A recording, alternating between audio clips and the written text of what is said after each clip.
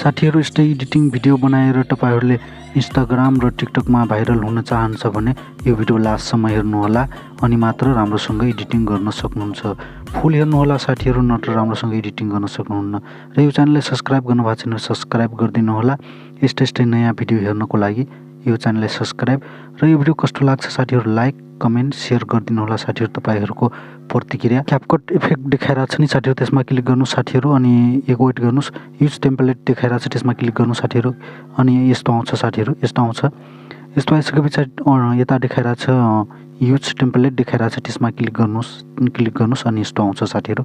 यस्तो आइसकेपछि तपाईलाई त्यो युज टेम्पलमा जानुस् हैन, मलाई वेट गरिरहेछ।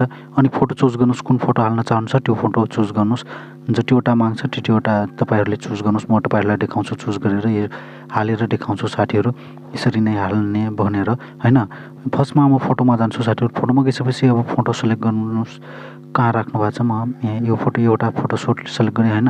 यसरी फेरि अर्को सिलेक्ट गर्नुस्, फेरि अर्को सिलेक्ट गर्नुस्। यस्तै गरी साथीहरु तपाईहरुले सबैमा फोटो हाल्नुस्। अनि भइसकेपछि साथीहरु यता नेक्स्ट देखाइरहेको छ नि, त्यसमा क्लिक गर्नुस्। मेरो लोडिङ भएन हैन साथीहरु, वेट गर्छु म। लोडिङ गरेर देखाउँछु तपाईहरुलाई साथीहरु। हेर्नुस्, यो लोडिङ भइसक्यो साथीहरु अनि यस्तो आउँछ साथीहरु।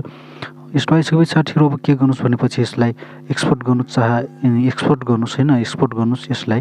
अनि तपाईहरुले आफ्नो इन्स्टाग्राम या टिकटकमा हाल्न सक्नुहुन्छ साथीहरु, या फेसबुकमा तपाईहरुले रिल भाइरल गर्न सक्नुहुन्छ।